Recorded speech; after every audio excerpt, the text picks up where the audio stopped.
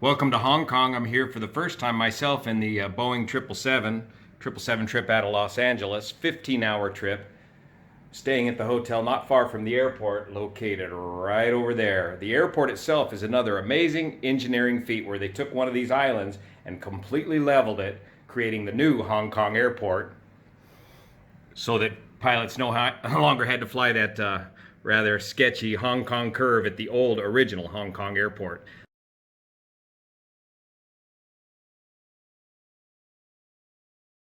Let me show you a little bit about the trip planning coming out here. And the crew took us out for a quick night on the town and gave us the tour, the basic tour of what to see and do on a long layover here in Hong Kong. The Boeing 777 is still an amazing piece of engineering equipment to me. We took off at about 1 a.m. in the morning out of Los Angeles, 301 souls on board of the airplane, about 28,000 pounds of cargo, and 300,000 pounds of fuel. Put us up right up to near the maximum gross weight of the 777, which just happens to be on the 300ER, 777,000 pounds. That's kind of a delicate operation, parting at that heavy gross weight, because the difference between your stall speed and the flap limit speed when you initially take off is only a matter of about 20 knots or so. So you got to keep it inside of a pretty narrow window until you get up to speed and out of town. Also, the minimum speed below 10,000 feet is typically 250 knots. But in this case, with this narrow window, we have to ask for relief and climb out at 280 knots. Because the prevailing westerlies are so strong over the ocean, we had a very interesting flight plan the other night. We took off out of Los Angeles and proceeded due north right up I-5, Sacramento, all the way up to Vancouver, Canada, continued up north all the way to nearly 70 degrees north latitude, and hung a left at about Barrow, Alaska.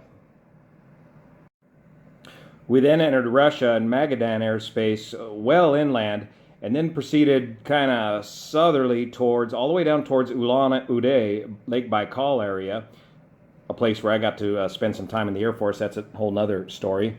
And then proceeded south, cutting just across the eastern end of Mongolia, with the high terrain well off to the side of us there in Mongolia, and then straight down over Beijing and into Hong Kong. So a huge Great Circle route. So on flying this huge Great Circle route, you initially start heading right towards the North Star, and then turn west, and then proceed south until you're chasing the tail of Scorpio all the way into Hong Kong. When we were up there by 70 North near Barrow, Alaska, we were treated to a very nice Northern Light show, and went again up there at 70 North in the middle of the night. We were able to, since we're almost at the spring equinox, let's take a look at that. Since it's the vernal equinox right now, you look on the world clock, the sun is crossing the equator, so everybody's subject to an equal 12 hours of daylight here during the vernal equinox. And you can see the lines on the old world clock, the sunrise sunset lines are just about vertical. So up there at 70 North, as we were heading west, we could begin to see a little bit of the sunrise up over the pole. Just a glimmer of sun. On this long flight, you get 4 pilots, so each of us took about a 3.5-hour break, 2 3.5-hour breaks throughout this entire 15-hour trip. By the time we landed at Hong Kong, we landed with about 23,000 pounds of fuel. Here's the new Hong Kong airport, an amazing feat of engineering wonder, where they leveled one of these islands completely to create the airport. But there's still high terrain and islands just to the south of the airport, so if you get a strong south crosswind, you can get some nasty, wicked turbulence across the runways. On the way home, we'll take a much more direct route, jump into the westerly jet stream, and probably shave 2 to 3 hours off of our trip going home. So now let's go take a look around Hong Kong, give you a preliminary look at what I saw downtown.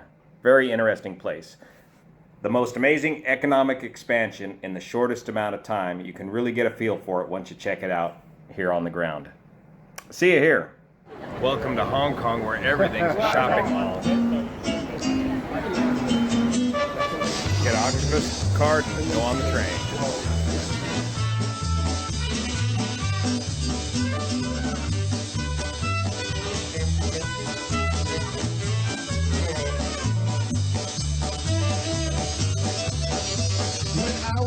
I was a little bit shy, so came along caught my eye. When I dreamed of jumping strike up, that's when I had my mind. Hong Kong Island.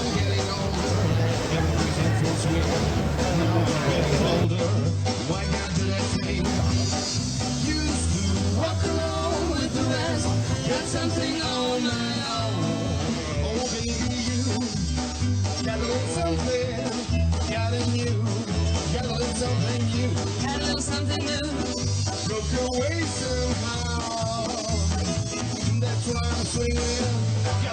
clean now. The Happy Rat Cafe. They're just moving around like crazy. Yum, yum.